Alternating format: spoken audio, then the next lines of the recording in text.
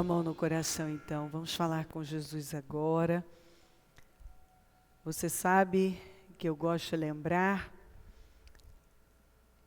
que o que Deus espera de nós é sempre um coração sincero.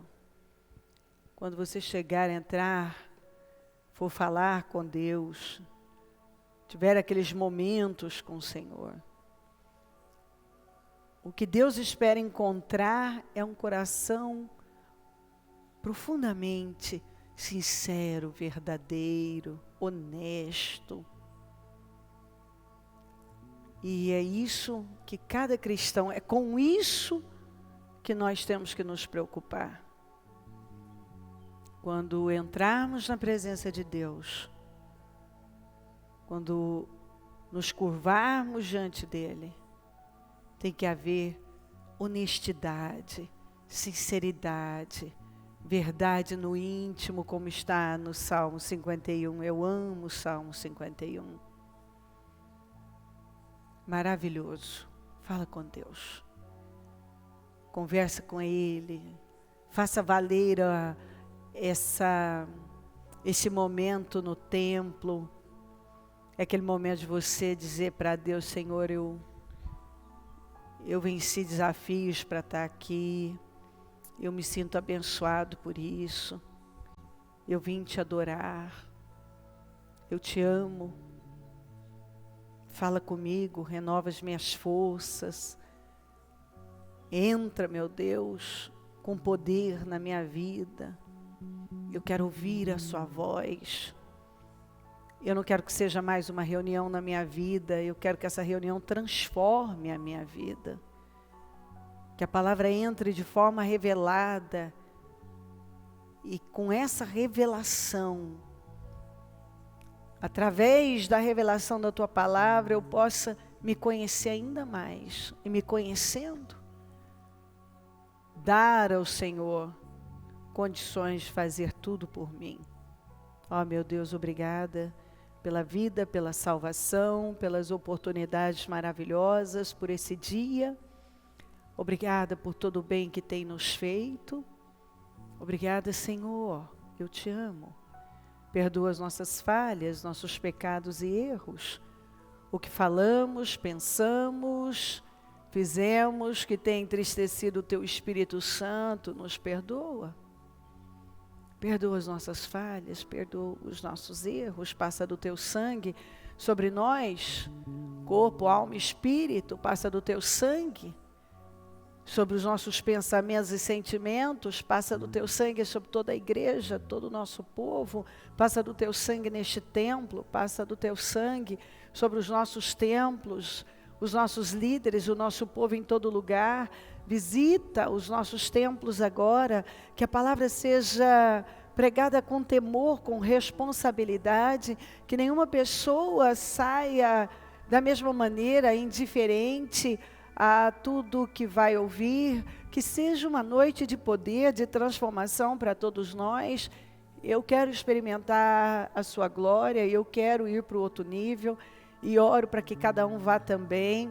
Nós precisamos ouvir a sua voz, nós queremos crescer, nós queremos progredir, nós queremos avanços na nossa vida, nós chamamos, nos ajuda, perdoa as nossas falhas, tem misericórdia de nós, tem misericórdia de nós, tem misericórdia de nós. Eu repreendo todas as obras do mal, setas demoníacas, dardos demoníacos, eu repreendo em nome de Jesus. Eu repreendo toda a força do inferno, tudo que se levantou para atrapalhar a reunião, para roubar mentes, corações, cansaço, desânimo, estresse. Eu repreendo em nome de Jesus toda opressão, sai em nome de Jesus, inveja, olho gordo, maldade, saiam em nome de Jesus. Quebro pragas, maldições, setas demoníacas, eu repreendo em nome de Jesus. O sangue de Jesus tem poder sobre nós, o sangue de Jesus tem poder sobre mentes e corações. O sangue de Jesus tem poder sobre essa reunião. Há poder no sangue de Jesus Cristo. Senhor, nos cubra com teu sangue. Eu quero um revestimento de poder sobre cada um de nós.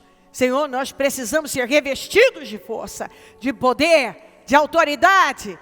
Encha-nos da sua presença, que possamos tocar nela. Assuma o controle deste trabalho e se manifesta aqui, Espírito Santo. Nós temos sede do Senhor. Nós queremos ouvir a sua voz. Nós queremos ser modificados por intermédio da sua palavra. É o que eu peço, eu agradeço, eu tomo posse, eu creio, meu Pai, eu creio, Jesus, eu creio que está conosco, nos dá unção, inspiração e poder, é o que eu peço. Nós precisamos do Senhor. Muito obrigada por todo o bem que tem nos feito. Nós te amamos. Assuma o controle do trabalho. Obrigada, amém. Amém, amém. Estão ligadas as nossas vitórias. Você pega o Espírito. Que Espírito é esse? Claro que é. Diga, eu bebo do Espírito. Da palavra profética. Para 2019. Emanuel. Deus está comigo.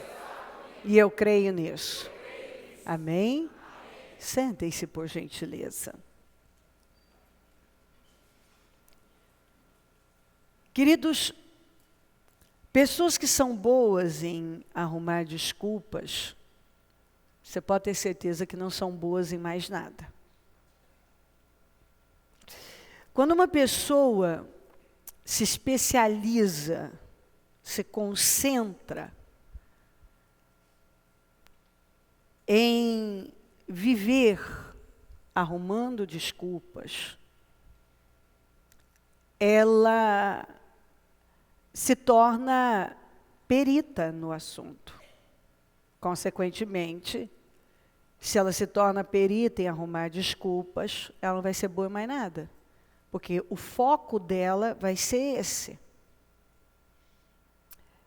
Desculpas são muletas que paralisam a vida. E hoje, no final, a última leitura que eu vou fazer é de um paralítico, e a gente vê que as desculpas, elas transformam vidas em paralíticos espirituais, emocionais e, consequentemente, sem vitórias. Deus, Ele quer agir na nossa vida. Mas o nosso desejo de vencer tem que ser maior do que as desculpas. E eu não tenho dúvida que a palavra de domingo foi uma preparação para o início do propósito. Essa palavra vem com essa finalidade. Porque a gente que lida com pessoas encontra muito isso. Eu quero muito, eu desejo, eu sonho, mas tem sempre um mas e mais. Uma desculpa, um argumento. Porque a verdade é que quanto mais eu vivo, mais eu posso afirmar que quando uma pessoa quer fazer algo, ela faz. Ela só não faz se ela não quiser mesmo. Porque a experiência da gente com as pessoas e com a nossa própria vida mostra que quando uma coisa está dentro da zona de interesse, a pessoa não mede esforços, consequências, às vezes ela é inconsequente. E tem muita gente paralítica na vida. Não é por acaso que o exemplo que Jesus usou para uma vida que não anda é de paralítico. Quando uma vida não anda, essa vida é uma paralítica, uma vida paralítica, uma pessoa que está paralisada na vida, nada anda. Você pode ter certeza que as desculpas são bem maiores do que os desejos. O desejo de mudar, o desejo de ter uma vida diferente. E nós nos tornamos paralíticos na vida à medida, quando as nossas desculpas vão crescendo e sabotando a nossa vida. As desculpas, quando as nossas desculpas sabotam o nosso destino, é quando você se torna um paralítico na vida. E tem muita gente paralítica na vida porque tem vivido assim. As desculpas têm sabotado o destino da pessoa. As desculpas. Você sabe que eu estava ainda lendo a respeito, de novo, eu amo aquela passagem do Pedro andando sobre as águas, e eu estava vendo aquilo, né? Que coisa interessante. Bom, nós já falamos sobre isso, tinha lá, os 12 estavam lá, e só um pediu para sair. E, em nenhum momento, a ideia do Pedro sair do barco foi de Jesus. Em nenhum momento. A ideia de sair do barco foi do Pedro. E isso traz uma revelação tão grande para nós, porque foi quando ele teve a ideia que o Senhor disse, venha, e o sobrenatural aconteceu. Então, o que nós vemos? Que esse ano é um ano, com essa palavra que nós temos, de ter ideias impossíveis. E o que vai acontecer? Deus vai nos honrar. Porque a ideia de sair do barco não foi de Jesus, foi do Pedro. Então, quando uma pessoa ela quer viver o sobrenatural, ela age no natural. Porque para Deus agir de forma sobrenatural, primeiro eu preciso agir no natural. De forma natural. Eu preciso fazer a minha parte. Eu preciso agir no natural. Que é a história, tire a pedra e eu ressuscito o morto em decomposição. Mas alguém tem que tirar a pedra. Alguém tem que ir lá e fazer o que é preciso. Enfrentar os 450 profetas de Baal era com Elias. Fazer fogo cair do céu era com Deus. Estender a vara sobre o mar era com Moisés. Fazer o mar se abrir era com Deus. Dar voltas ao redor das muralhas era com Josué e o povo. Fazer as muralhas caírem com Deus. Então, nós vemos que eu preciso estar decidida a fazer algo, a dar condições para Deus. Sem desculpas. Assumir responsabilidade pela minha vida, pelas minhas escolhas, e contribuir para que Deus possa fazer. Porque se eu quero uma vida fora do comum, eu tenho que ter disposição. Eu quero fogo caindo do céu, eu tenho que ter disposição de ir para o Carmelo e enfrentar os 450 profetas de Baal. Eu quero ver o fogo do céu. Eu quero viver o milagre do azeite. Pegar as vasilhas era com a viúva. Fazer o azeite jorrar era com Deus. Mas antes ela tinha que pegar as vasilhas. Antes Elias tinha que ir para o Carmelo e enfrentar os 450 profetas. Antes Moisés tinha que estender a vara no mar. Então o Pedro teve a ideia. Uma ideia fora do comum. E não só ideia, coragem. Eu tenho que ter ideia e coragem. E Deus vai honrar. Ideia e coragem. Algumas pessoas, o problema não é nem falta de ideia, de visão, Deus dá, mas elas não têm coragem.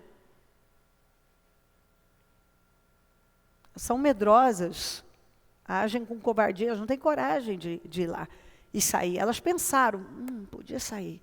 Se Jesus está andando, eu também posso andar. Eu podia sair do barco, né? Eu podia. Ai, que vontade de sair do barco. Ai, que vontade de andar sobre as águas. Ai, que vontade. Aí eu podia. Que vontade, meu Deus, que vontade de fazer. Então faz, Pedro. Ah, não, acho que vou ficar quieto. Ai, não. Acho que vou ficar quieto, não vou falar nada, não vou mexer, deixa isso quieto. Não é assim que acontece muitas vezes? Teve a ideia, mas fica lá, conjecturando, mas e se, e o Espírito Santo está em mãos, vai meu filho, vai, fala, vai, eu vou honrar. Ai, não, a ideia é boa, vai rapaz, vai. Ai, meu Deus, que vontade, ai, que desejo, oh, meu pai, que coisa forte está dentro de mim. Eu queria sair do barco, Jesus está andando, quem sabe, né? Talvez eu poderia, né? Eu posso andar também, ele está andando, se eu falar com ele. Não falei nada, passou a minha oportunidade. Eu vejo isso muito acontecer. Não é falta, não é que a pessoa não pensa, não tem ideias, não tem visão, ela até tem, mas não tem coragem. Ela não tem. E aí é onde a vida dela... E por fim ela não tem e ela ainda arruma desculpa, né? Depois. Por que ela não viveu, por que isso e aquilo. Não foi, o Espírito Santo deu a ela, deu uma visão, deu algo maravilhoso lá, mas ela não colocou em prática. Ele não, ele teve a ideia e falou, Senhor, se é o Senhor, me manda ao seu encontro. Venha cá. E ele foi. Senhor, disse Pedro, se és tu, manda-me ao teu encontro por sobre as águas. O Senhor disse, venha. E ele viveu. Então a ideia foi dele, não foi do Senhor. O Senhor não chamou, foi ele que pediu para ir. De novo, o Senhor não chamou. Foi ele que pediu para ir. Aí sim o Senhor disse, venha. Mas foi ele que pediu, deixa eu ir. Então, aqui tem uma revelação muito, muito importante para nós. Porque, às vezes, você tem a visão, Deus deu a visão, deu a ideia, mas você não tem coragem de colocar isso em ação, de pedir para ir, de agir a sua fé. E aí, no fim, você acaba perdendo aquela oportunidade, aquele portal que foi aberto naquele momento, que dava a você condições de viver uma grande realização. Você teve, aquilo aconteceu, você pensou, aquilo existiu, mas você não colocou em prática. Em outros casos, já, que nós vamos falar depois, é quando você está em corpo, mas aquilo não aconteceu dentro de você. Já no caso do Pedro, aconteceu dentro dele e aconteceu fora, porque lá dentro ele creu naquilo e é exatamente isso. Tem que acontecer dentro da gente, as coisas acontecem duas vezes, uma dentro e uma fora. Então aconteceu dentro dele e ele teve coragem de colocar em ação. E algumas pessoas, elas até têm coragem de ir para um determinado lugar, como o senhor do tanque de Betesda, que eu vou falar já.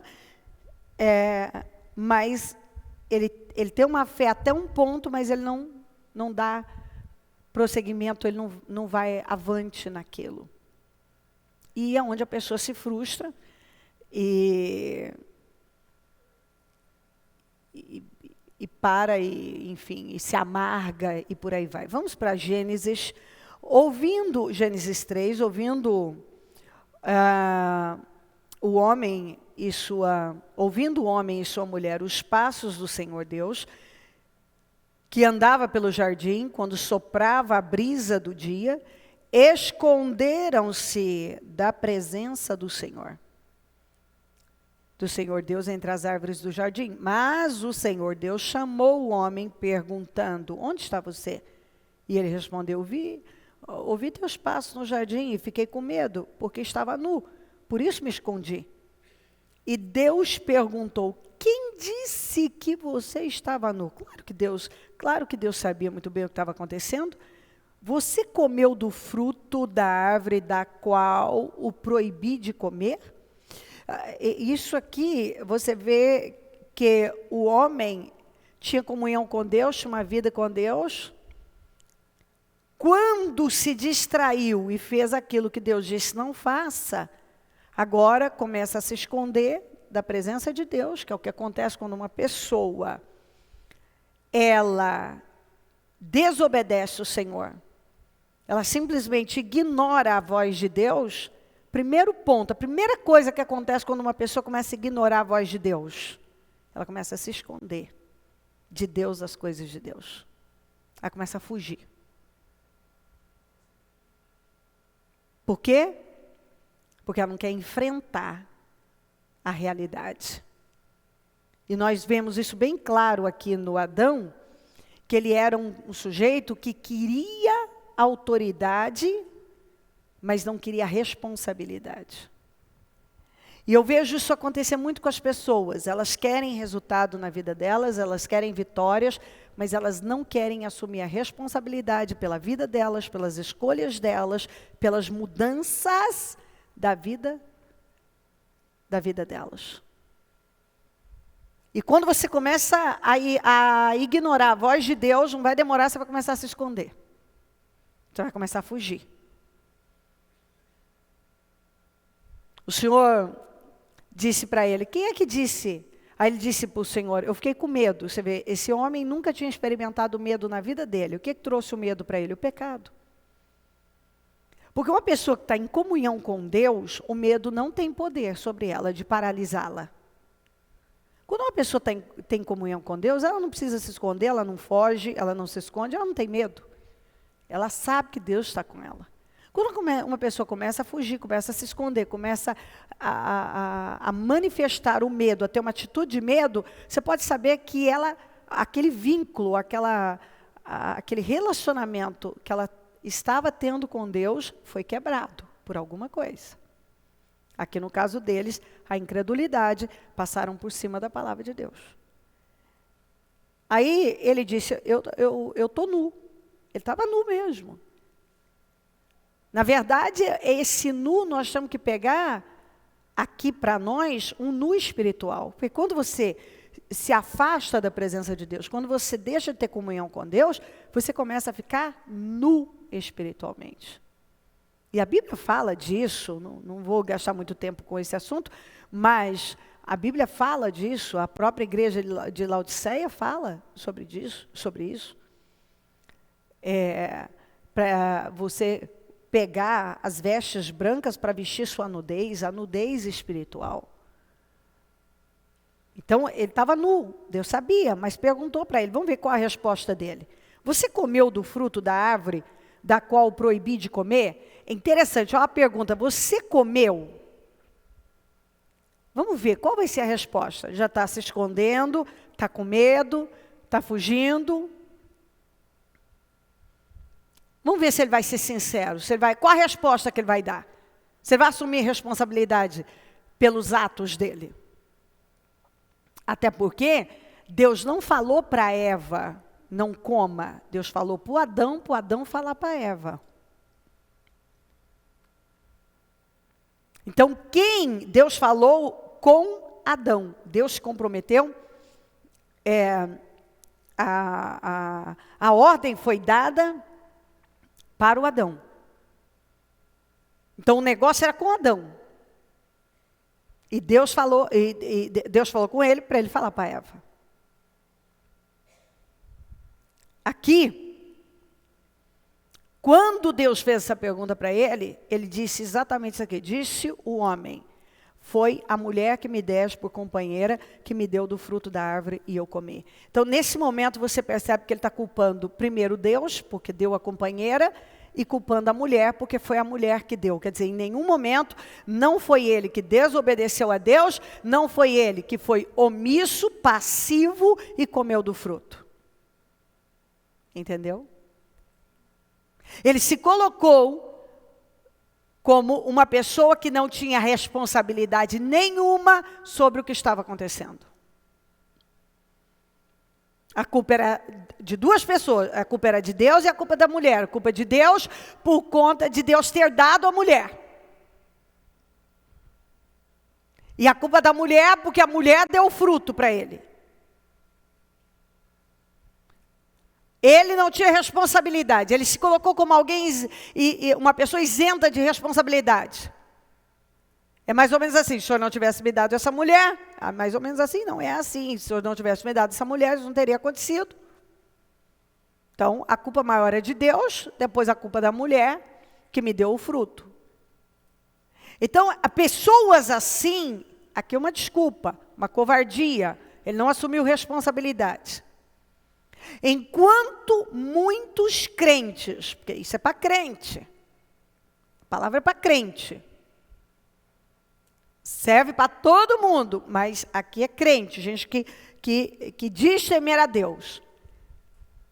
Enquanto crentes não se posicionarem, muitos crentes, assumindo responsabilidade pela sua fé, pelo seu relacionamento com Deus, pelas suas decisões, pelas suas escolhas, pelas suas atitudes, não há esperança.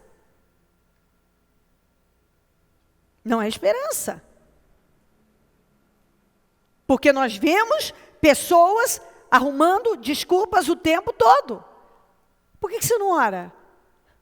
Por que você não busca? Por que você não lava no culto? Por que isso e aquilo? Normalmente as pessoas, ou elas vão dizer, há um problema em casa, há um problema com a família, ou o trabalho, estou trabalhando muito. Mas a verdade é que essa falta de tempo é a desculpa, é uma desculpa de quem perde tempo por falta de prioridade. Perde tempo, é uma desculpa de quem perde tempo por falta de prioridade. Quer dizer, a Deus não é a prioridade da vida dele. Então lá vem uma desculpa. E as desculpas vão sabotando o destino da pessoa. A vida dela está sendo sabotada por conta de desculpas, porque ela mesma começa a acreditar, dá tanta desculpa, que ela começa a acreditar nas desculpas dela, ela não assume responsabilidade pelas escolhas dela, pela vida dela, pelos sentimentos dela. Queridos, tem gente que até hoje tem capacidade de dizer assim, não, eu estou assim por sua culpa. Não, você está assim por sua culpa. Eu estou assim porque você me deixou assim. Não, você está assim porque você permitiu que isso afetasse você. Eu sou infeliz por sua culpa. Não, você é infeliz por sua culpa. É por sua culpa que você é infeliz. Não, eu sou infeliz por causa dos meus pais. Eu sou infeliz por causa do meu cônjuge. Eu sou infeliz porque... Não, você é infeliz porque você é infeliz. Ninguém é culpado da sua infelicidade. Não existe a menor possibilidade disso. Não, isso não é uma visão pessoal, um ponto de vista meu. Isso é completamente... Você encontra esse princípio em toda a palavra de Deus.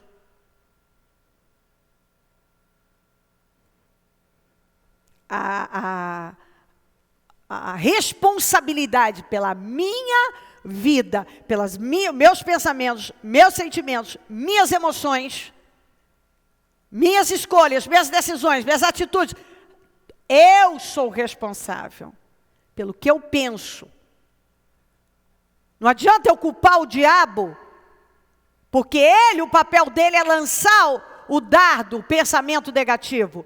E o meu é decidir não pensar. O que eu vou pensar? Eu vou pensar tudo que o diabo joga na minha cabeça? Ou eu vou pensar a palavra de Deus? Eu que escolho no que eu vou pensar. Você que escolhe. Sentimentos. Você que escolhe ser dominado por esses sentimentos, controlado por esse sentimento, ou não. Eu não supero. Seria bom você superar, porque senão quem vai perder com isso é só você, a sua vida que vai parar. Quantas vezes eu encontrei pessoas magoadas com alguém e eu não consigo aceitar que essa pessoa me fez isso e ela me fez aquilo e não sei o quê. Eu falo, bom, está na hora de você então superar, porque com certeza ela está vivendo a vida dela, quem está morrendo aos poucos é você, isso não vai te ajudar, a vida é sua, não vai adiantar nada você se jogar, fugir e se entregar às dores, às amarguras, porque a desgraça vai ser sua. A ruína da vida vai ser da sua vida. Às vezes eu tenho a sensação que as pessoas não pensam no que elas estão fazendo com a vida delas. A sensação, não é uma sensação, isso é verdade. Porque, de verdade, se a pessoa pensasse no que ela está fazendo com a vida dela, ela não faria. Eu vou me jogar numa cama porque alguém fez isso ou aquilo comigo, ele que se jogue. Eu não. Ah, me jogou o ódio. Tolhe de volta se você quiser, mas eu não vou pegar teu ódio. Querido, você há de imaginar que eu sendo uma pessoa pública, quantas vezes eu já fui caluniada, injustiçada e perseguida e criticada e alvo disso e alvo daquilo. O que você acha que eu faço no meu dia a dia? O que eu prego para você? A pessoa ela tem o direito de emitir a opinião dela e eu de aceitar ou não. De jogar o ódio dela se ela quer e eu de pegar ou não. Se eu pegar, a responsabilidade é minha. A culpa não é dela. Ah, ela me fez mal, isso aqui. Ah, ela me caluniou, fez isso, aquilo. Ah, é doloroso? Claro que é. Mas você escolhe se vai se ofender ou não se ofender. Se vai cair naquela cilada ou não vai cair. Ah, bispo, isso é muito difícil. Não, queridos, muito mais difícil é você viver lá remoendo dia e noite o que fizeram, o quanto me maltrataram, me traíram, fizeram isso e aquilo comigo, dia e noite, pensando, remoendo, se jogando, pensando o quanto a sua vida foi, que sua vida está horrível, minha vida é uma droga, olha o que fizeram comigo, eu não perdoo, eu não supero, e não sei o quê, e fica lá, remoendo, e agora eu não consigo nem me levantar, eu estou depressivo, eu estou isso aqui. Não, você não vai ficar depressivo. Você vai secar em vida. Você vai secar. Vai secar. Porque sentimentos miseráveis secam a vida da pessoa. Sentimentos miseráveis vão minando a pessoa, vão drenando toda a vida, toda a força, toda a energia da pessoa. Até ela virar um zumbi. Um morto-vivo. Uma pessoa amarga que ninguém quer estar perto, que ninguém quer saber, porque chega um ponto que a família cansa. A gente lida com pessoas, sabe disso. Chega um ponto que a família cansa e fala, não, cansei, você não quer ser ajudado. Você não quer ser ajudada. Fica aí, não dá. Vai fazer o quê? A pessoa não quer. Como é que você tira uma pessoa do fundo do poço se ela decide não sair? Ninguém pode ajudar uma pessoa que não quer ser ajudada. Ninguém. Você pode morrer, inclusive você acaba estragando com a sua vida tentando ajudar uma pessoa que nunca quer. Você está tentando um tempão, ela não quer. Assim, é a figueira infrutífera. Chega um ponto que você tem que parar assim, ela está me levando junto. Ok, escolha seu caminho, então eu já escolhi o meu. Você quer continuar gemendo aí, fica gemendo que eu não tenho mais o que fazer. Quer fugir da vida, e desculpas, e isso e aquilo. Ah, porque são tantas, porque a minha infância foi difícil. A Bíblia mostra isso. A infância de tantas pessoas, o começo de tanta gente foi difícil, e muitos têm superado. Ah, ninguém me ajudou. Tem um monte de gente também que não teve ajuda nenhuma, e tem vencido. Me traíram. O que mais tem nesse mundo, nos dias atuais, principalmente, é traição. Amigo que trai, marido que trai, mulher que trai, filho que trai. Traição de todo tamanho. E aí? O que nós vamos decidir? Que vida nós vamos levar? Quais as escolhas que nós vamos fazer? Que tipo de vida você quer? É você que escolhe como vai viver sua vida. Remoendo tudo, sofrendo por tudo, lamentando tudo, culpando o mundo, eu estou assim por causa disso, eu estou assim por causa daquilo, eu estou assim por causa de não sei quem, eu estou assim. Não, você está assim porque foi como você escolheu viver a sua vida. Nós escolhemos.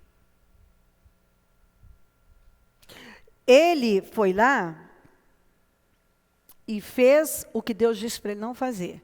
Agora ele não quis assumir responsabilidade e saiu dando tiro para todo lado. A culpa de Deus é a culpa da mulher. O Senhor Deus então perguntou à mulher: que foi que você fez? Respondeu a mulher: a serpente me enganou e eu comi. Mais uma desculpa. Ou seja, você está vendo que ninguém assumiu responsabilidade, que um foi jogando para o outro. Assim tem sido a vida de muitas pessoas. Elas não assumem responsabilidade, estão sempre jogando para o outro, que jogando para o outro, jogando para o outro, jogando para o outro. A culpa é da serpente, ela me enganou. Então o Senhor Deus declarou à serpente: uma vez que você fez isso, maldito é você entre todos os rebanhos domésticos e entre todos os animais selvagens, sobre o seu ventre você rastejará, o pó comerá todos os dias da sua vida, porém inimizade entre você e a mulher, entre a sua descendência e a descendência dela, e esta ferirá a sua cabeça, e você lhe ferirá o calcanhar. A mulher, ele declarou: multiplicarei grandemente seu sofrimento na gravidez, com sofrimento, você dará à luz a filhos, seu desejo será para o seu marido e ele a dominará. Para o homem, e ao homem declarou, vamos juntos, visto que você deu ouvidos à sua mulher e comeu do fruto da árvore, da qual ordenei a você que não comesse. Ok. Maldita é a terra por sua causa, com sofrimento você se alimentará dela todos os dias da sua vida, e lhe dará espinhos e ervas daninhas, e você terá que alimentar-se das plantas do campo. Com o suor do seu rosto você comerá o seu pão, e até que volte à terra, visto que dela foi tirado, porque você é pó, e ao pó voltará. Então, arrumaram desculpas, um jogou para o outro jogou para o outro, e Deus caiu nessa, Deus aceitou e eles terminaram bem. E Deus disse: bom, continue no Éden e vamos deixar como está. Vamos passar, né, uma borracha nisso e deixar para lá. E tudo bem, eu aceito as desculpas de vocês. Está assim? Não, não está. Não está, você sabe muito bem que não está. Todos tiveram consequências. A serpente, a mulher, o homem, todos tiveram consequências. Deus não aceitou as desculpas, Deus não engoliu as desculpas. Então, desde o início, desde o Éden, o homem vem arrumando desculpas e não assumindo responsabilidade. E desde o Éden, Deus está deixando bem claro: não adianta arrumar desculpas, porque não vai funcionar. Você é responsável pelo que pensa, pelo que sente, pelo que faz, e terá consequências.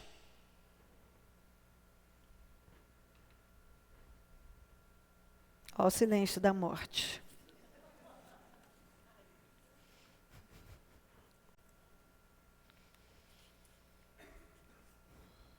Vamos para Lucas 14. Ao ouvir isso, um dos que estavam à mesa com Jesus disse-lhe: feliz será aquele que comer no banquete do reino de Deus. Jesus respondeu: certo homem estava preparando um grande banquete, convidou muitas pessoas. Na hora de começar, enviou o seu servo para dizer aos que haviam sido convidados: venham, pois tudo já está pronto. Vamos juntos, mas eles começaram, um por um, a apresentar desculpas. O primeiro disse: acabei de comprar uma propriedade, preciso ir vê-la, por favor, desculpe-me. Outro disse: acabei de comprar 5 juntas de bois, estou indo experimentá-las, por favor, desculpe-me. Ainda outro disse: acabo de me casar, por isso não posso ir.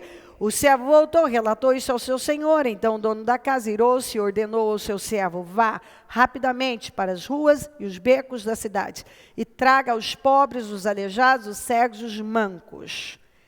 E disse o servo, o que o Senhor ordenou foi feito e ainda há lugar. Então o Senhor disse ao servo: vá pelos caminhos e valados e obrigue-os a entrar, para que a minha casa fique cheia. Agora vamos juntos. Eu digo a vocês: nenhum daqueles que foram convidados provará do meu banquete. E está falando de salvação. Esse banquete está falando das bodas, está falando do Senhor. E está falando de quê? De pessoas que eram os convidados, então são conhecedores.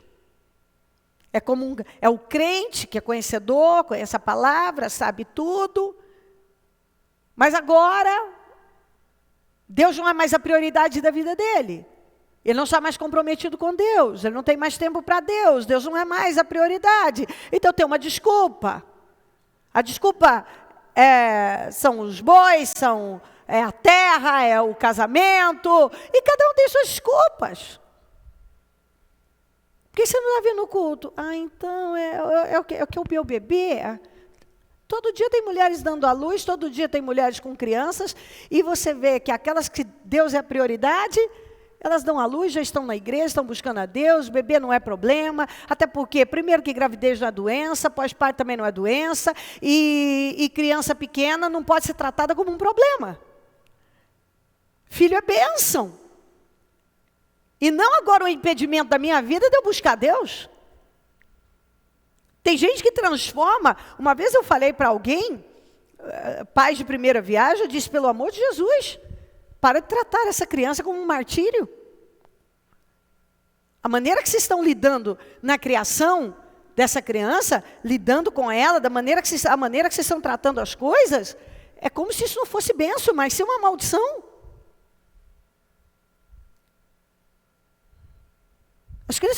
As crianças, os bebês, quem não come, mama, chupa, tem que estar na igreja, recebendo essa unção. A gente tem que criar a criança, desde pequenininha, na presença de Deus, ensina o menino o caminho que deve andar. E assim, descomplicar. Não tem nada pior do que pais que complicam no lidar com o filho. Tem um bebê e complica. Trata essa criança como gente normal. Normal. Não tem nada melhor do que se criar uma criança de uma forma normal, livre. Às vezes se torna uma escravidão. E se torna um fardo. Um fardo. Um peso. E a primeira coisa que, que as pessoas vão fazendo é: agora não tem mais tempo para Deus, não tem tempo para orar, não tem tempo para ouvir a palavra, não tem tempo para nada. O que começa a acontecer? A casa começa a ficar de ponta, assim, uma bagunça. Um terremoto passou lá. Porque agora não tem tempo para Deus. Aí o casal começa a brigar. Não tem mais união. Acabou. Reino dividido já.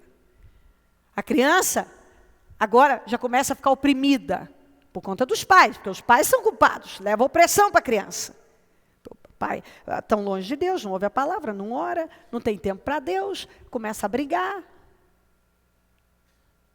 Não tem mais a bênção de Deus. A criança começa a ficar oprimida. Escravizar ainda mais os pais, porque agora chora de dia, chora de noite, mil problemas. E muitas vezes até aquela própria maneira de estar ali lidando com a criança, como se não fosse um ser humano normal, piora ainda mais as coisas. Sendo que a maternidade, o nascimento de uma criança em casa tem que ser uma coisa assim, natural, livre, gostosa, agradável, não fardo. Não fardo. De jeito nenhum. Nós tivemos nossos netos recentemente, eu tive meus netos, os 4, Graças a Deus que eles seguiram as orientações tranquilas, não tinha fardo, não tinha pressão, não tinha nada. Sabe, tranquilo lá. A criança está lá, está tudo normal. Ah, vomitou, saiu pelo nariz, é normal, normal. É normal. Ah, está espirrando, isso aqui é normal. Acaba de sair, nasce, os primeiros dias espirra mesmo. Normal. Ah, está chorando, isso, aquilo, outro. Não é nada, é fome. Pode dar mais TT que vai passar. Passa mesmo. Acabou. Ah, um biguinho estufoso que vai voltar. Fica tranquilo, é assim mesmo. Vai ficar tudo normal isso aí.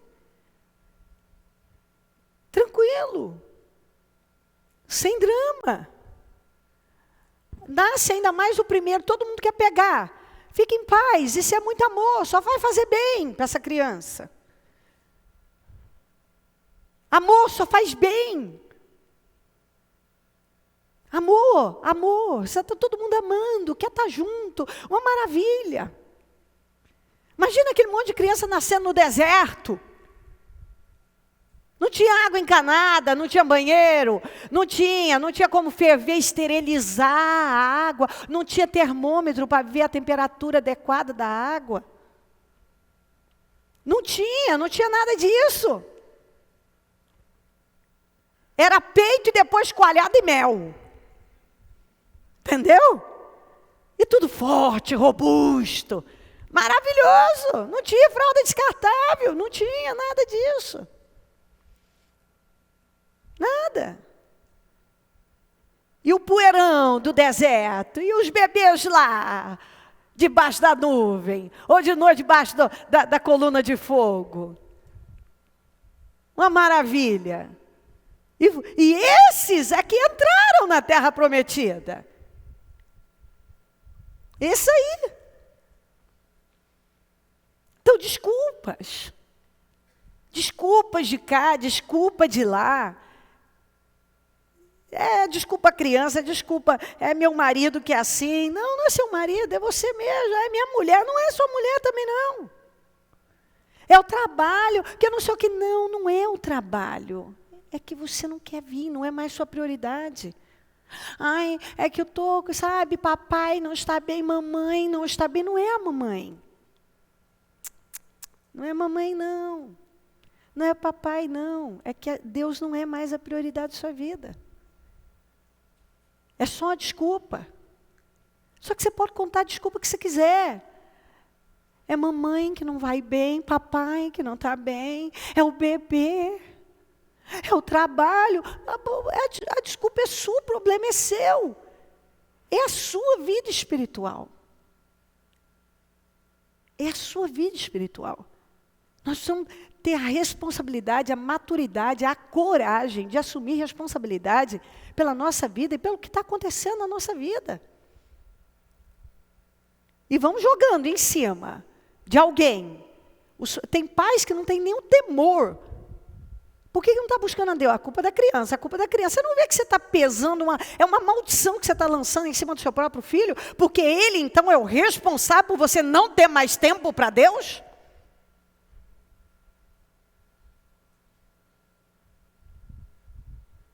As pessoas, elas são, o diabo cega. E elas não têm mais visão da vida, do que é certo, da realidade. Elas ficam, o diabo, quando cega as pessoas, elas ficam estúpidas, insensatas. Elas falam bobagens.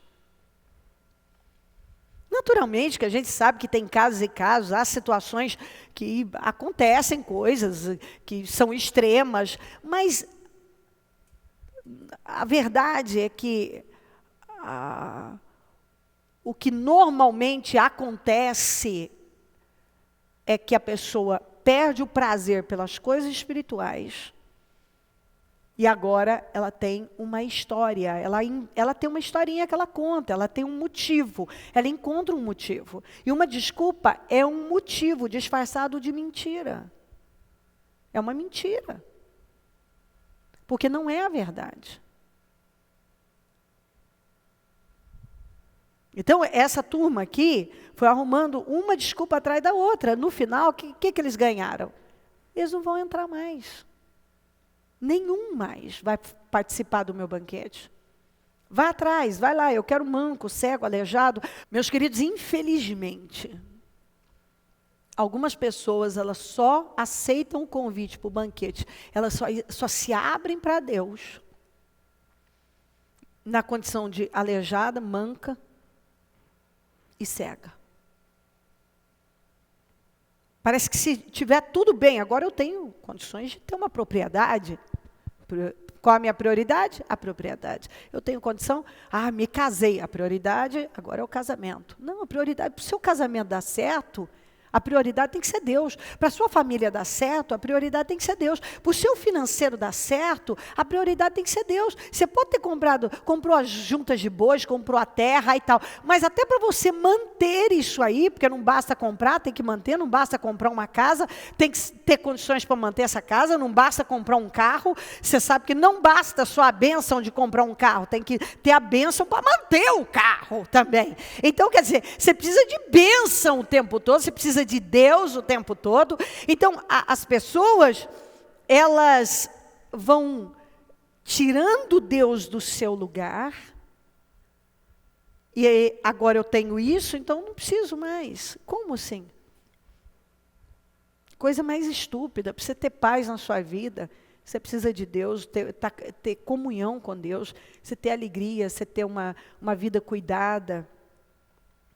E aí as pessoas vão colocam igual eles. Um colocou o casamento, outro colocou as juntas de bois, o outro colocou a terra. Cada um vai colocando uma coisa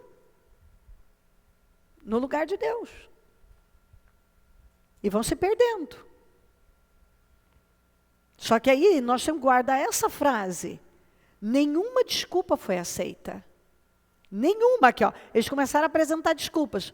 As desculpas foram aceitas? Não, porque está aqui, ó. Nenhum daqueles que foram convidados provará do meu banquete. E está falando de salvação. Então, fora.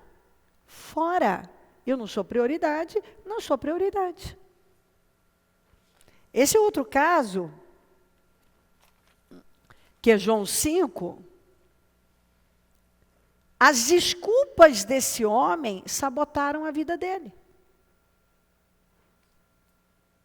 Sabotaram a vida dele. Eu falei para você que as desculpas sabotam o destino da pessoa. Então, quando você lê isso aqui, você vê o perigo de se jogar a vida fora, perder a sua vida. Está aqui. Algum tempo depois, João 5, Jesus subiu a Jerusalém para uma festa dos judeus. Há em Jerusalém, perto da porta das ovelhas, um tanque que em aramaico é chamado Betesda, tendo 5 entradas em volta. Você vê que quando uma pessoa, quando não está dentro da pessoa, pode ter 10 entradas.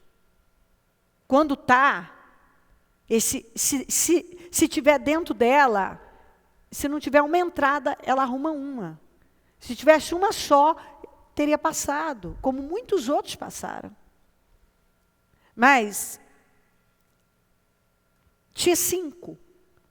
Isso significa 5 oportunidades. 5 entradas. Quer dizer, tinha meio desse homem passar. Ali costumava ficar grande número de pessoas doentes e inválidas, cegos, mancos e paralíticos. Eles esperavam um movimento nas águas e de vez em quando descia um anjo do Senhor e agitava as águas. O primeiro que entrasse no tanque depois de agitadas as águas era curado de qualquer doença que tivesse. Então, é certo que tinha gente pior do que esse homem que nós vamos terminar a leitura aqui. É certo que tinha. É certo que eu acredito totalmente nisso, que ali tinha pessoas numa condição muito pior. Gente que chegou numa situação pior e saiu. Mas esse homem, um dos que estavam ali, era paralítico, fazia 38 anos. Você vê que esse homem teve fé para ir, mas não teve fé para viver o milagre. Ele estava ali no tanque de Betesda, mas em corpo. O espírito dele, a fé dele para ser curado, não estava. Ele teve fé para ir, mas não para entrar no tanque. E isso a gente vê muito acontecer. Às vezes a pessoa tem fé para vir para a igreja, mas ela não tem fé para receber a palavra, ela não tem fé para obedecer a palavra, ela não tem fé para fazer as escolhas que são necessárias. Quantas vezes eu vejo a pessoa tem fé para entrar num propósito, mas ela não crê realmente que aquilo pode acontecer na vida dela. Ela não tem fé. Porque ela está cheia dela mesma, ela está cheia de desculpas, porque olha aqui, ó, quando viu deitado, olha só a condição desse homem, ele era paralítico. Porque desculpas paralisam as pessoas, naturalmente que ele era um paralítico físico, mas ele era acima, a maior paralisia desse homem não era física. Esse homem era um homem aleijado na fé. A maior paralisia dele era a interna, ele era um homem paralítico internamente. A condição dele física era o reflexo daquilo que estava dentro dele. Porque não, a sua vida aqui fora é o resultado do que está dentro de você. Você nunca vai ter nada diferente daquilo que está dentro de você. Nunca. Se não muda dentro, não muda fora. Se não acontece dentro, não acontece fora. Se a sua mente não é renovada, se o seu interior não é mudado, se você não sofre uma renovação interna, você não sofre uma renovação externa. Nós temos que ter a capacidade do que eu tenho falado de aprender, desaprender e reaprender. Entender que essa forma de pensar não funciona, esse estilo de vida não funciona, essas escolhas que eu venho fazendo não têm funcionado. E assim, eu me habituei. Muitos realmente se habituaram a viver de um jeito. Mas agora eu tenho consciência, a partir do momento que eu trago a luz, a palavra de Deus, estava escuro, agora vem a palavra de Deus, iluminou isso aqui, essa área da minha vida. Eu vi, veio a luz. Eu tomei consciência de como eu penso, como eu faço, o que acontece comigo. Antes eu era cego, mas agora eu vejo. Muitos aqui já foram cegos, mas agora conseguem ver.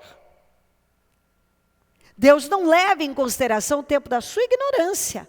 Mas a partir do momento que você toma consciência de uma coisa, agora então tudo passa a ser desculpas furadas.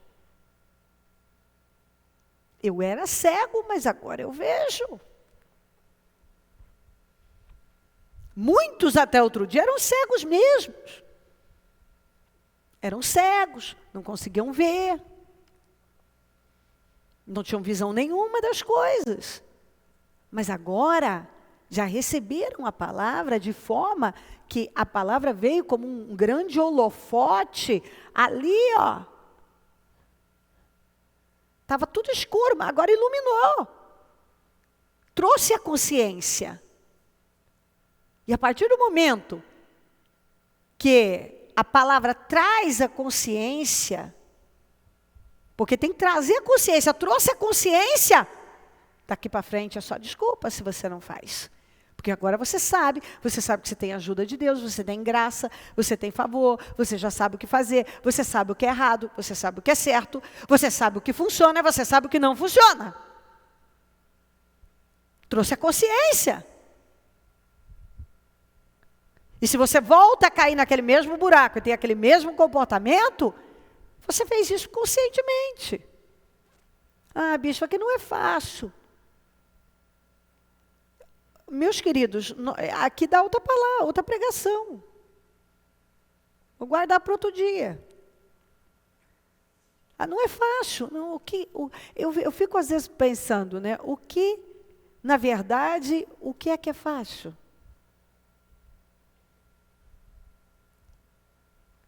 Você acha que é mais fácil se entregar a todos os sentimentos miseráveis?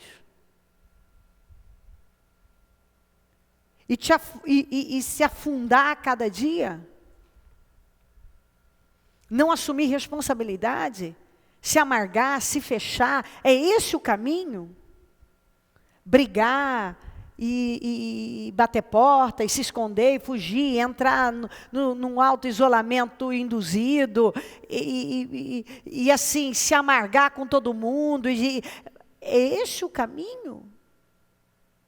De verdade, será que, agora, ó, raciocinando, esse é o melhor caminho? Quando você pensa, você sabe que não é. Porque no final das contas, o que acontece? Esse homem, ele alimentava um vitimismo.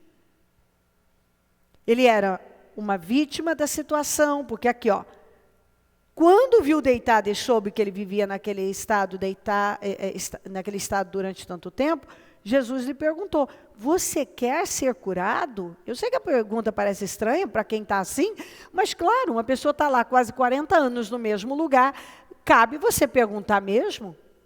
Será que você quer mesmo que sua vida seja mudada? Você quer uma outra vida?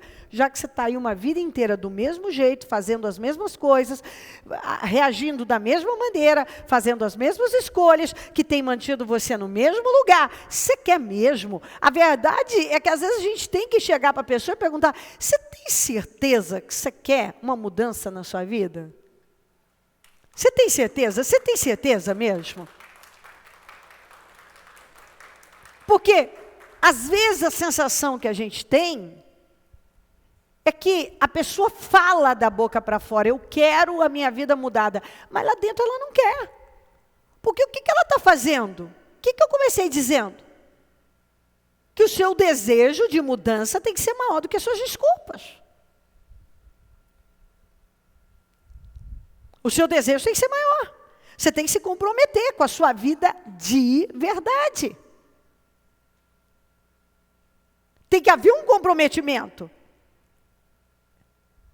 É preciso se posicionar, se libertar das desculpas e das muletas.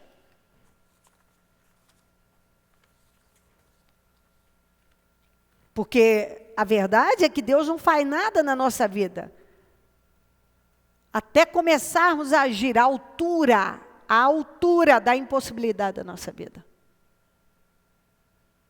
Você precisa começar a agir à altura da impossibilidade da sua vida. Que foi o que Pedro fez. Eu mostrei para você. Ele agiu. Ele teve a ideia e ele agiu. E ele viveu o sobrenatural. Mas primeiro teve que partir dele. E tudo mais. Elias teve que enfrentar. E o Deus mandou fogo. Moisés teve que estender a vara. E o mar se abriu.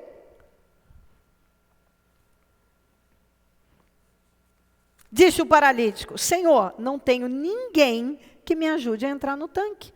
Quando a água é agitada, enquanto estou tentando entrar, outro chega antes de mim. Essa foi a resposta de um homem que estava quase há 40 anos, 38 anos, no mesmo lugar. Você vê que ele havia se entregado internamente. Ele se entregou. Olha o tamanho da autopiedade, vitimismo. Olha só, ele alimentou isso. Sabe quando a pessoa ela trabalha para atrair a pena das pessoas para ela? Quem perdeu com isso? Ele perdeu 38 anos da vida dele. Pelo amor de Jesus. Você quer que alguém tenha pena de você? Olhe para você. Ai, meu Deus, está doendo aqui. Olhem todos para mim. Por favor. Por fim, é você que vai arrasar com a sua vida. A Bíblia não fala que tinha alguém lá com ele, que tinha algum parente com ele. Se teve algum dia, ele estava sozinho. Dá a sensação de que ele estava sozinho, de que ninguém aguentou o vitimismo dele. A autopiedade. Essa necessidade de chamar atenção. Tem gente que não sabe viver de outra maneira. Tem que chamar atenção, é de um jeito ou de outro, de forma insana, estúpida, com vitimismo. E sabe, é uma coisa absurda. Tenho pena de mim, o pior sentimento que alguém pode ter por outra é olhar para ela e ter pena dela. Todo ser humano tem que entender isso, não tem nada mais forte do que alguém olhar para você, se identificar com você, querer ser igual a você, porque você é forte, corajoso, destemido, não se curva diante de nada, não tem dorzinha, não tem nem dorzona, não tem problema, não tem nada, isso não vai parar, porque você tem foco, você tem objetivo na vida, você está comprometido com a sua vida. Você não quer que as pessoas olhem para você e tenham pena de você.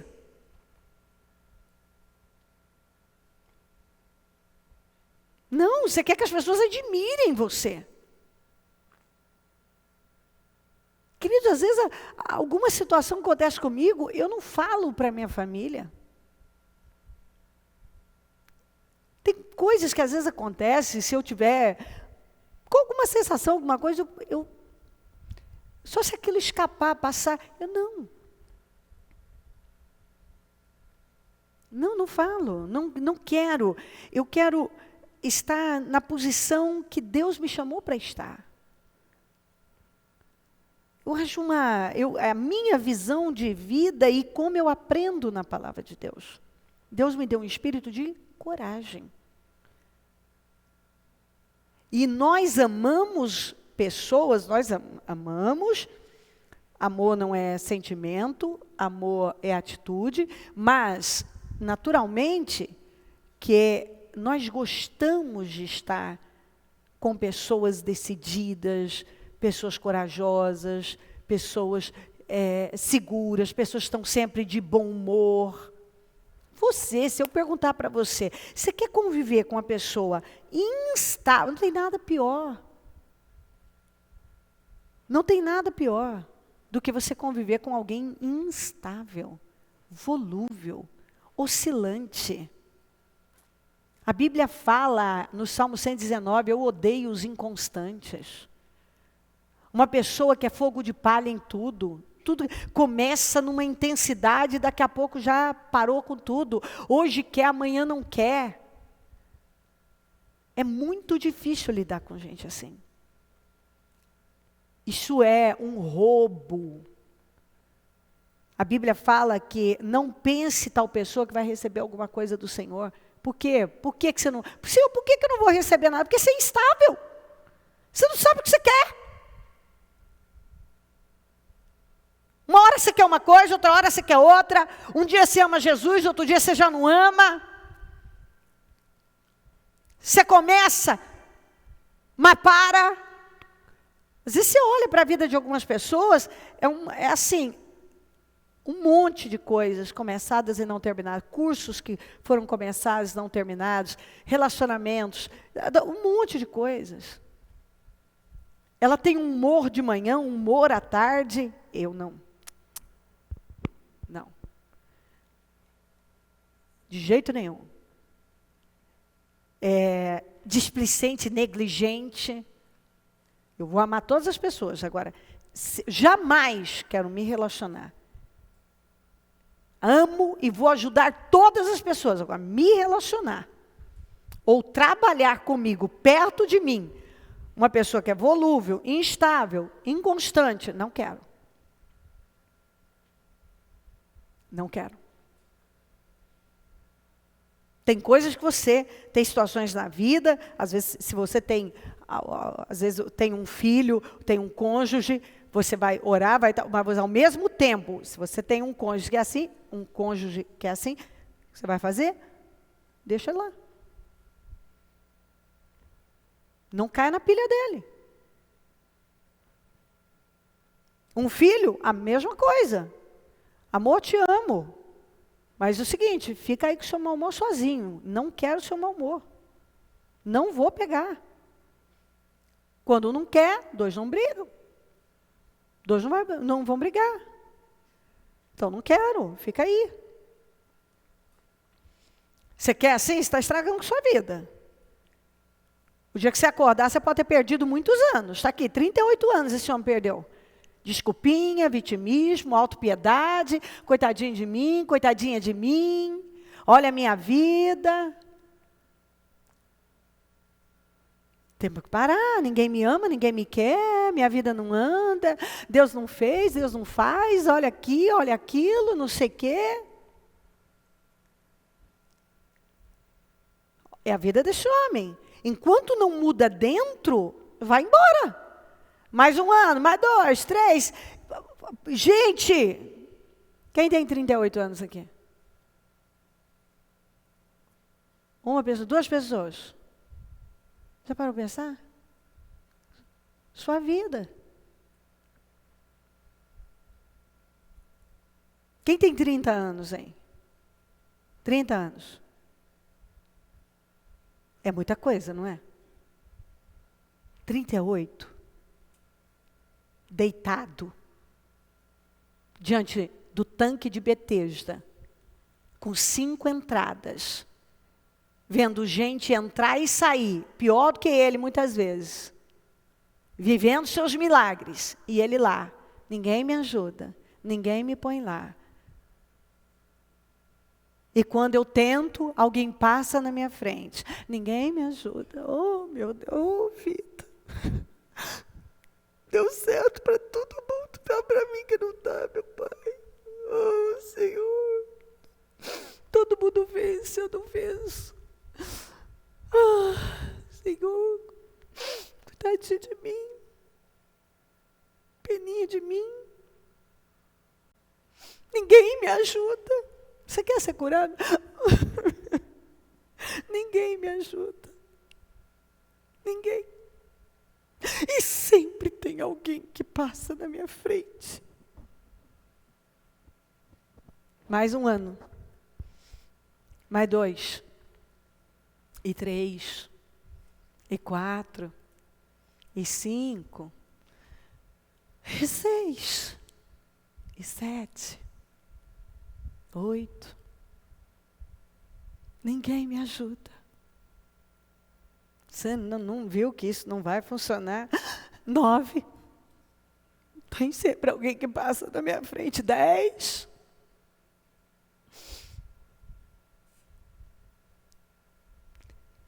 Ele sabotou a vida dele.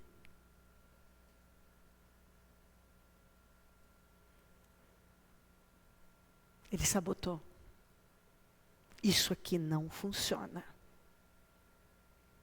A Bíblia está mostrando, e tem alguém aqui que é a voz da experiência. A gente lida com pessoas uma vida. Você quer parar a sua vida, você quer estagnar, você quer sabotar o seu destino? Alimenta vitimismo, autopiedade, fica lambendo feridas, com pena de você. Ele estava no tanque, ou seja, eu estou na igreja, com todas as oportunidades de viver meus milagres. Mas eu estou aqui, deitada. Eu estou deitado, paralítico na fé, paralítico emocionalmente, paralítico espiritualmente.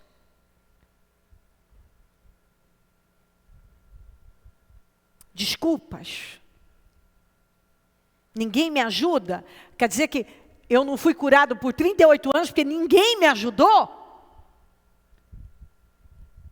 Eu estou há 38 anos aqui porque sempre tem alguém que passa na minha frente? Conta outra, gente. Porque ele era um incrédulo, na verdade.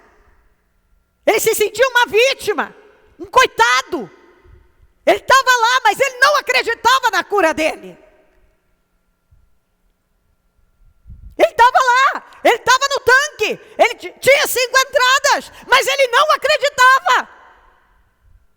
A palavra está sendo pregada, mas muitos não creem na palavra, não recebem a palavra. A boca fala do que está cheio o coração, porque quando a palavra entra, o seu discurso muda. Você não é mais uma vítima dos problemas, do diabo, do mundo. Você agora pegou as rédeas da vida. Você tem poder, você consegue reagir. Você não é mais um coitado. Você pode ter sido um coitado uma vida inteira. Quando você recebe a presença de Deus e uma fé viva jorrando em você, você não é mais coitado, uma vítima. Você é responsável. Você tem o poder. Você crê no que está sendo pregado e você se posiciona. Senhor, eu vim, eu estou aqui, grande coisa. Porque às vezes as pessoas querem, eu estou na igreja, eu fiz a proposta,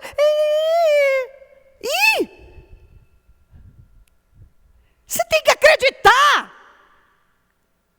Isso tem que entrar. Não é um ritual de ali fazer um negócio ou outro.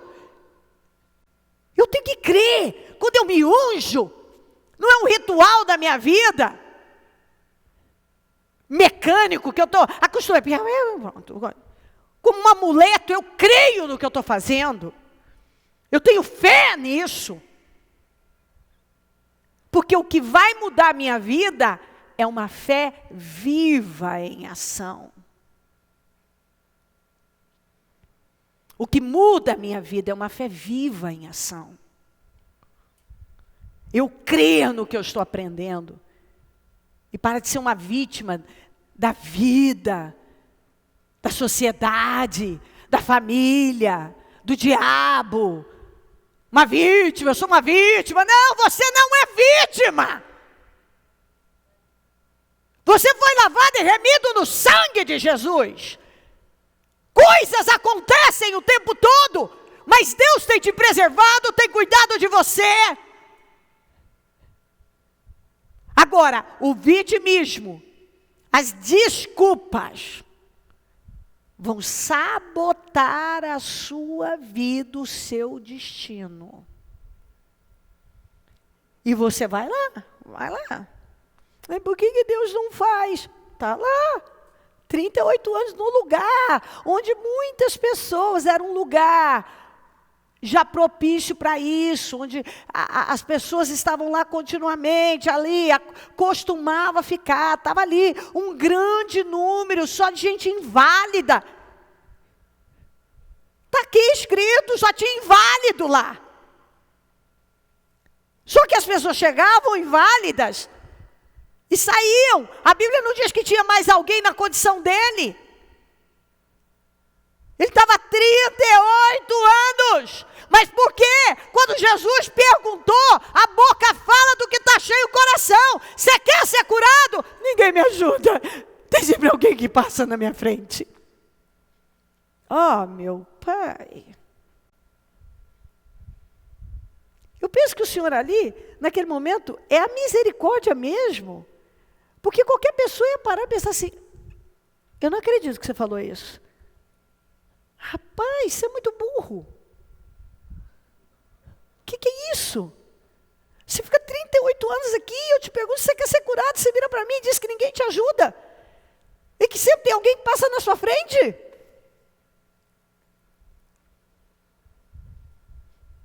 É isso? Por que ele falou isso? Por que foi o que saiu? Porque é o que ele pensava e remoía dia e noite.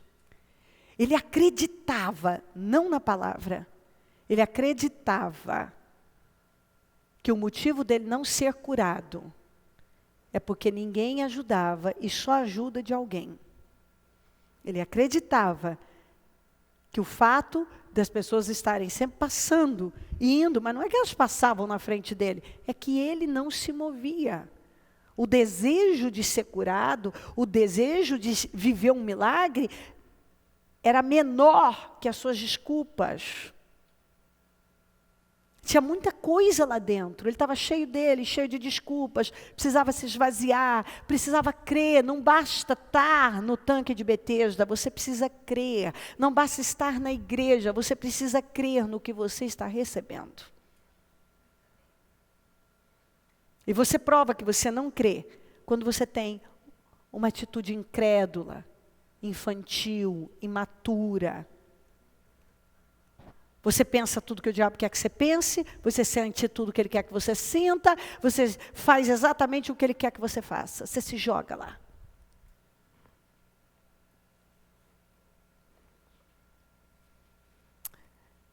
Você quer ser curado? Disse o paralítico. Senhor, não tenho ninguém que me ajude a entrar no tanque. Quando a água é agitada, enquanto estou tentando entrar, outro chega antes de mim. Jesus virou de uma vez para ele e disse, levante-se, pegue a sua maca e ande. Foi a resposta de Jesus para ele. Jesus não amaciou nada disso, levante-se. Levante-se. Essa foi a palavra dele. Carrega o que te carregou a vida inteira. Domina o que te dominou a vida inteira. Levante-se agora.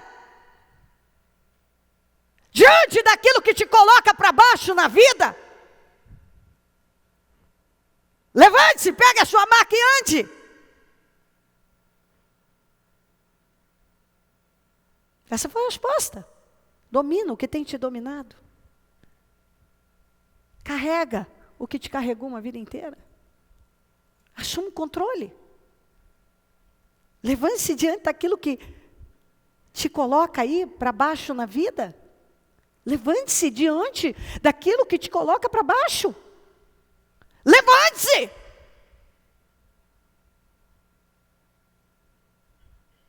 Levante-se. É o que está escrito aqui. Foi Jesus que falou. Quando você estiver disposto a fazer a sua parte, Deus vai fazer a dele. Porque o que é natural é da nossa alçada.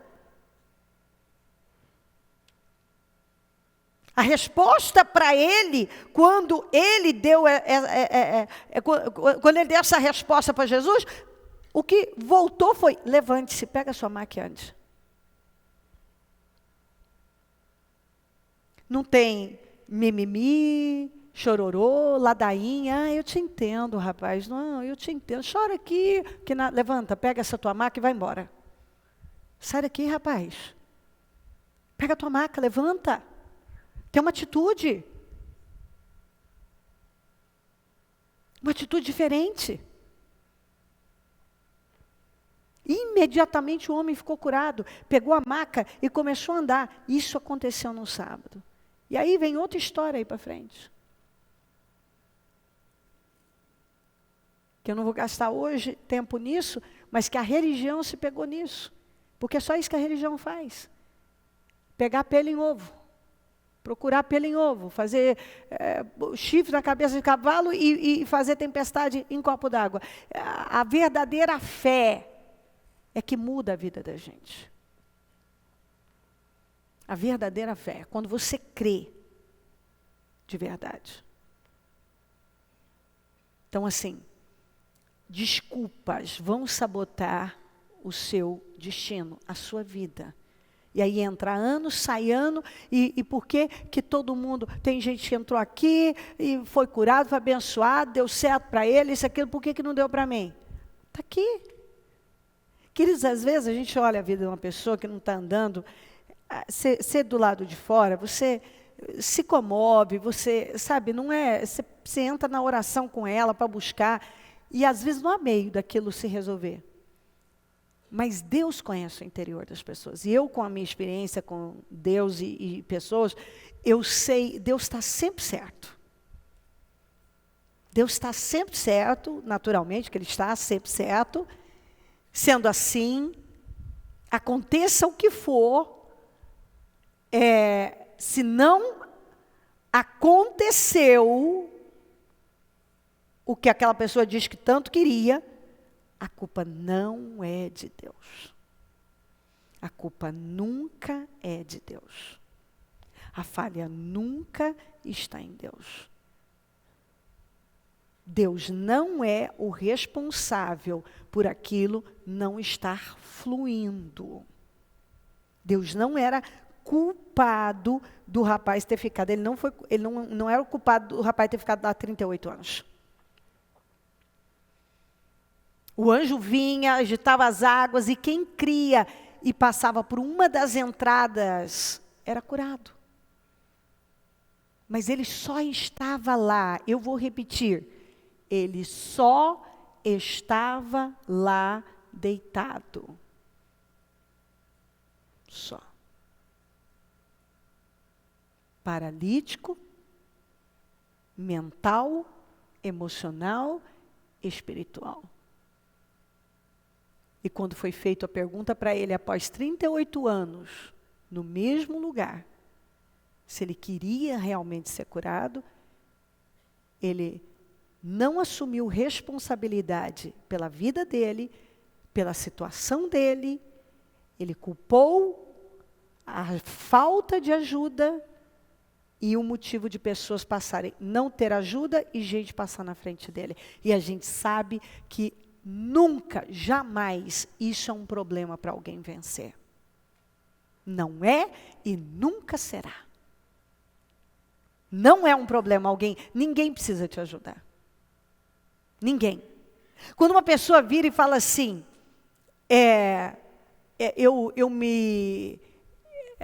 aqui a gente liga, manda carta, mensagem e tal. Mas pode acontecer de gente ainda apresentar, então, não me ligaram, não me fizeram a visita, não fizeram isso e aquilo. Porque eu fiquei chateada, eu me decepcionei com a igreja, isso e aquilo. Desculpa.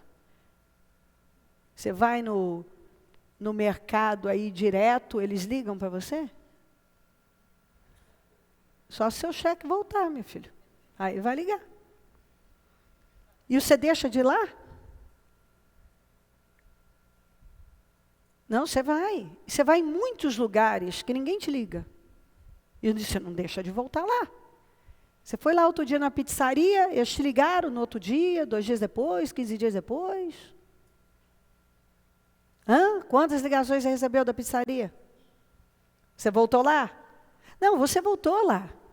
Conversa fiada. Conversa. As pessoas inventam histórias. Desculpas. Me decepcionei. Coisa nenhuma. Quando você ama Jesus, você está olhando para Jesus. Não fizeram isso aqui. Quando você ama Jesus, você está olhando para Jesus. É que as pessoas têm que arrumar um bode expiatório. Tem que arrumar um culpado. Elas são hipócritas e elas, ao invés de elas dizerem a verdade, eu quero um mundão. Eu quero voltar para a minha vidinha lá. Eu quero não sei o quê. Eu não estou afim. Eu não quero mais. Elas dizem, me decepcionei. Decepcionou? Desculpa. Você decepcionou. E Jesus? Jesus não decepciona. Olha para ele, olha para a cruz. Olha para a cruz. Queridos, o sujeito pode olha, no início da minha fé, aconteceu um caso, logo no início, de um pastor cair lá em adultério, com na época, acho que era a esposa de um diácono, acho que é isso, aquilo. E era um de cá e outro de lá. Eu me lembro, tão assim, isso é tão forte para mim. Eu me lembro de uma firmeza interna, de Deus colocar dentro de mim uma firmeza interna, que eu tinha que ficar onde eu estava, quieta, e olhar para Ele. Para Ele. E claro que Ele queria que eu fizesse isso, até porque se eu fizesse uma bobagem, Ele queria que eu tivesse ficado lá, para que eu tivesse um testemunho de vida como eu tenho hoje, a vida toda. Era um propósito, eu não estou dizendo que há situações sim, que você está na cara, que aquilo ali está sendo uma maldição na sua vida. Agora, a gente tem que ouvir a Deus e não as nossas emoções. E naquele momento, eu ouvi a Deus, e Deus me colocou na posição, logo eles trocaram, mandaram um outro pastor, e a vida continuou, e eu continuei focada buscando a Deus, como eu queria, como eu precisava, na verdade, e precisava muito. E assim, gente dentro da igreja, todo lugar, é uma fofoca, é uma coisinha, é não sei o quê. Eu estava lá, focada em Deus. Até porque eu tinha muitas situações na minha vida que precisavam ser resolvidas, e eu não tinha, seria uma insanidade da minha parte perder tempo com bobagens.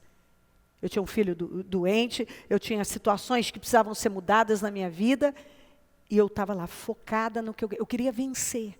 Então eu digo para você, com experiência própria, quando você quer vencer, nada do que está acontecendo ao redor vai ser um problema.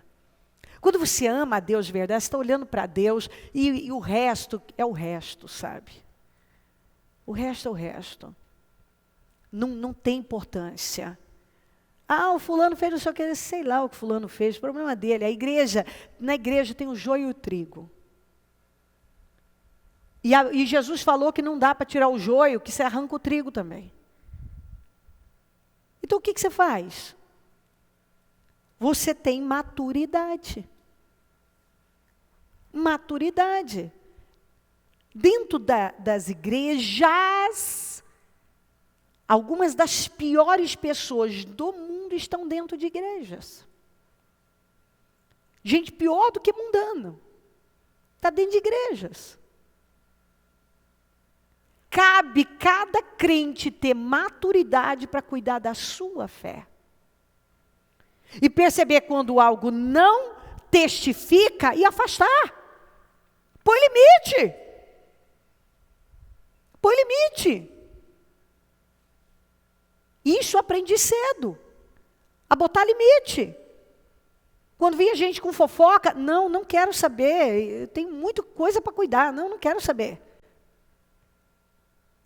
Não quero saber. Então, assim, você tem o que você tolera. Se as pessoas estão invadindo a sua vida, é porque você está deixando.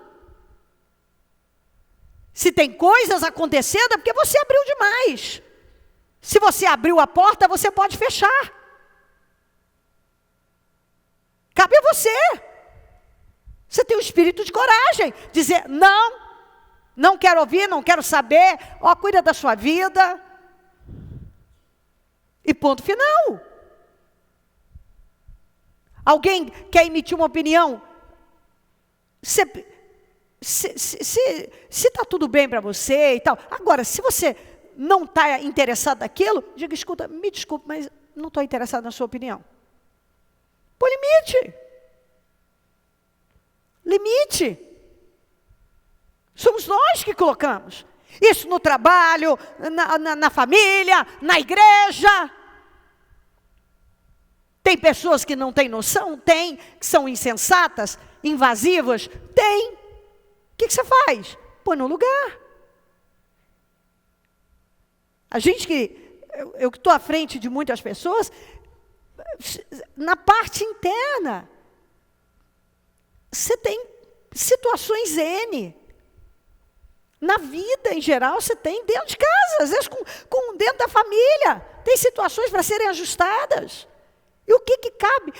Como um crente procede diante de situações? Tem maturidade, acerta, equilibra, organiza, fala não. E segue a vida. Mas ainda aí eu caio naquela outra coisa, naquela outra desculpinha. Eu não quero chatear. Desculpa. O mesmo que fala eu não quero chatear, é o mesmo que está falando nas costas, é o mesmo que daqui a pouco tem uma atitude imatura em relação à fé dele. Deixa Jesus por causa de alguma coisa. Quando uma pessoa abandona Cristo, seja sei lá o que, não importa o motivo, ela não conheceu a Cristo, ela não ama Cristo, porque quem ama Cristo, quem conhece a Cristo, pode acontecer o que for, ele sabe quem ele é em Cristo, ele sabe quem é Jesus Cristo, ele sabe o que ele quer para a vida dele, e jamais na vida ele vai se afastar da fé, do propósito, do lugar onde ele foi plantado, por causa de alguma coisa. Jamais, não existe essa. Então quando isso acontece, desculpa,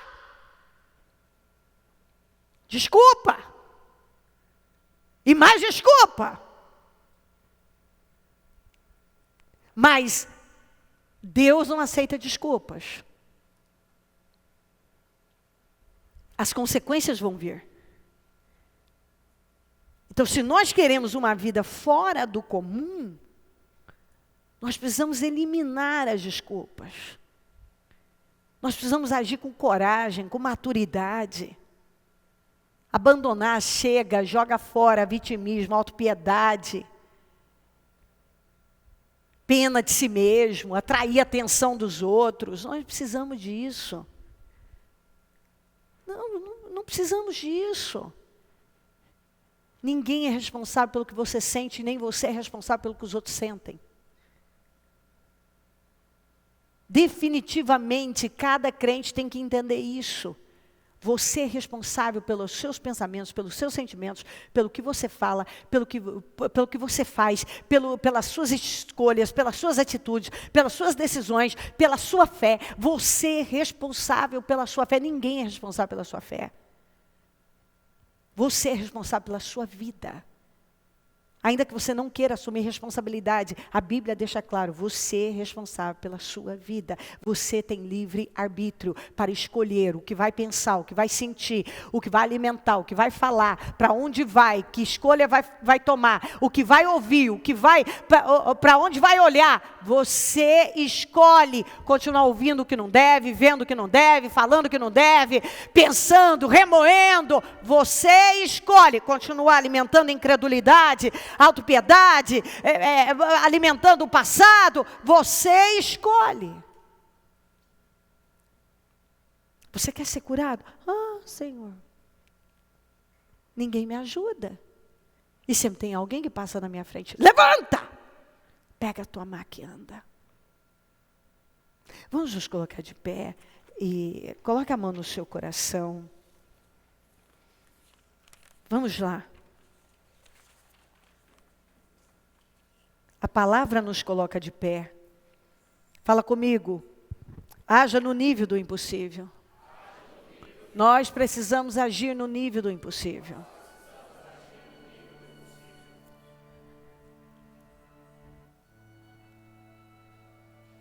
Então, eu quero viver o impossível, então eu preciso agir. Deus sempre vai requerer uma ação natural para que Ele ative um milagre que é sobrenatural. Lembre-se, dar as voltas ao redor da muralha foi com Josué e o povo. Fazer as muralhas caírem foi com Deus. Correr atrás das vasilhas foi com a viúva. Jorrar o azeite foi com Deus.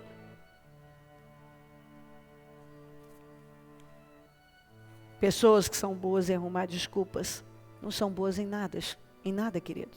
Nada mais. Muletas. Desculpas são muletas que paralisam a vida. Desculpas transformam vidas em paralíticos espirituais, emocionais e, consequentemente, sem vitória. Deus vai fazer na vida de quem o desejo for maior que as desculpas.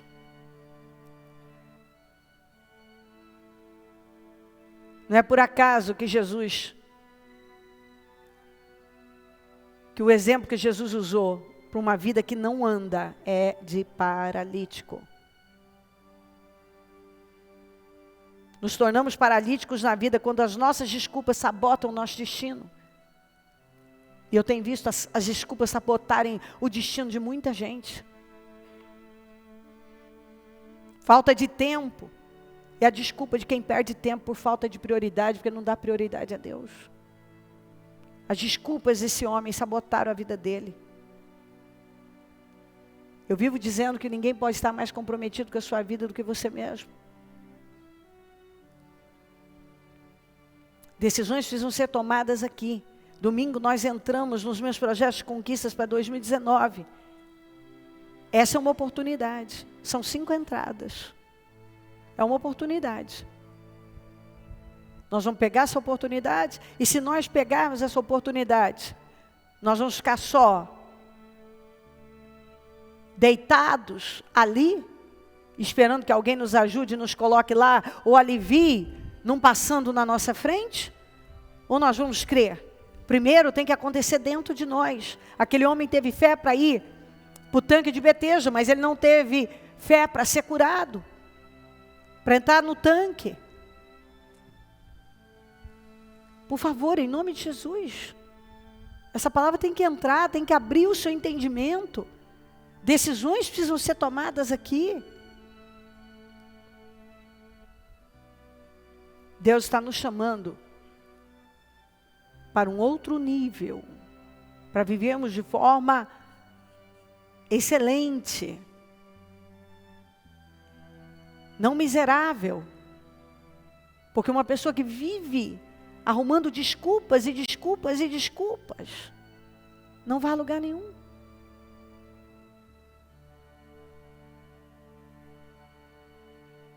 Em nome de Jesus.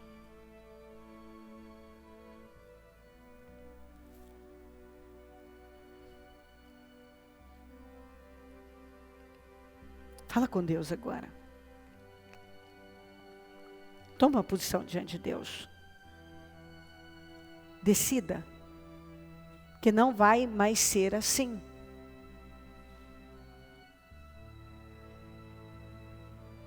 Decida que você vai viver como Deus chamou para viver. Não vai mais ser assim. Você não quer mais isso para a sua vida. É a sua vida. Eu quero firmar isso mais uma vez. É a sua vida.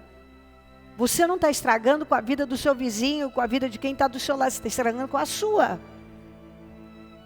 O paralítico ficou 38 anos lá. Quem perdeu 38 anos da vida não foi o sujeito que estava do lado.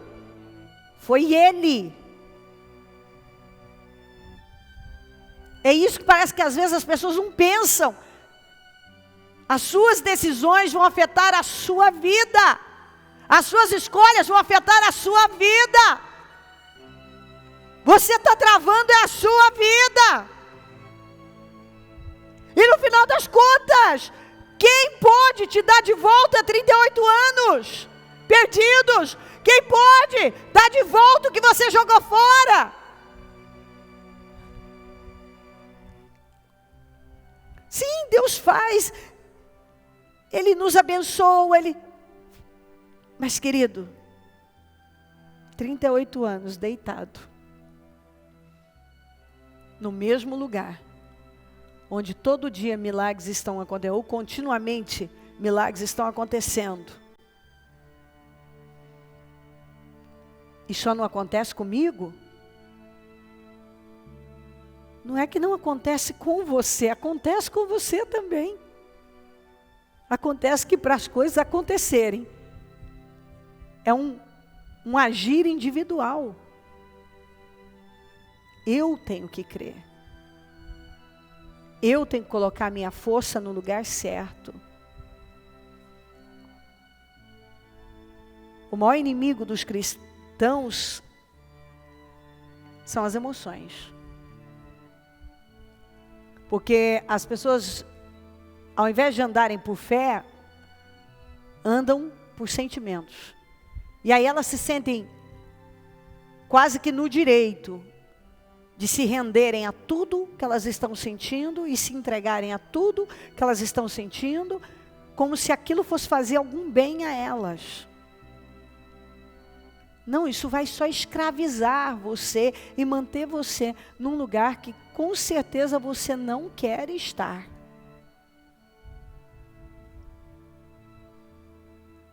Aquele homem não queria estar lá por 38 anos, mas ao mesmo tempo é como se ele quisesse. Porque não adianta só eu dizer, eu não quero isso e eu quero isso. Eu tenho que crer, eu tenho que agir de acordo com aquilo que eu falo que eu quero tanto. Eu tenho que tirar a pedra. Eu tenho que agir aqui no nível do impossível. Daquilo que eu digo que eu quero tanto.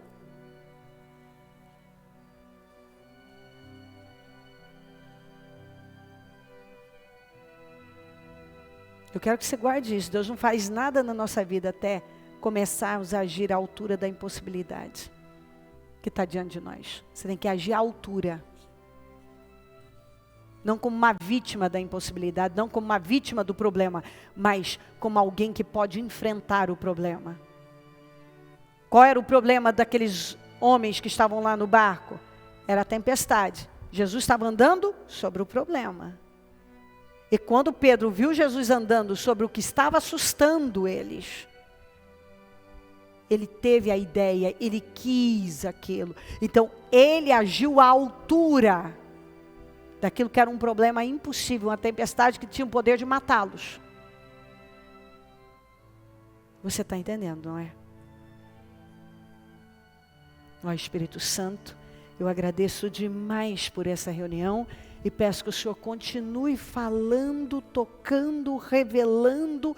Continue, Senhor. Fala profundamente.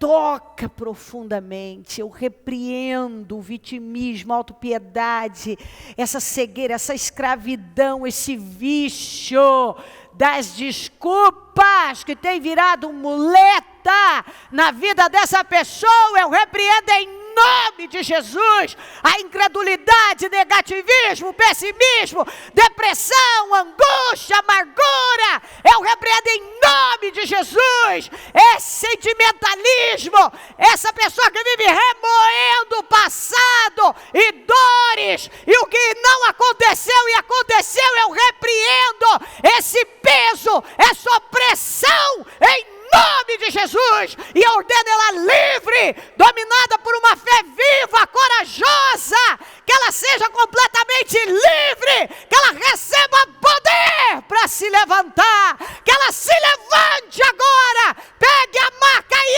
ande, levante-se agora, em nome de Jesus, levante-se no Espírito, pega a tua maca e anda, pega essa situação e siga, haja à altura da impossibilidade, haja no nível do impossível, em nome de Jesus, que cada um seja cheio de poder e de autoridade agora, e que cada pessoa saia daqui pronta para viver uma outra realidade e obter um outro resultado, seja curado, tenha sua alma curada, o seu emocional curado, a sua fé sarada, o seu interior completamente sarado, seja livre, em nome de Jesus. Se levante fisicamente, endireite e diga para você mesmo, estou me levantando no Espírito, para viver a glória de Deus. Eu vou agir no nível da impossibilidade que está diante de mim. Em nome de Jesus, eu vou agir no nível do impossível. Em nome de Jesus, eu posso, eu tenho poder para isso, a autoridade. Em nome de Jesus. Amém. Amém, amém.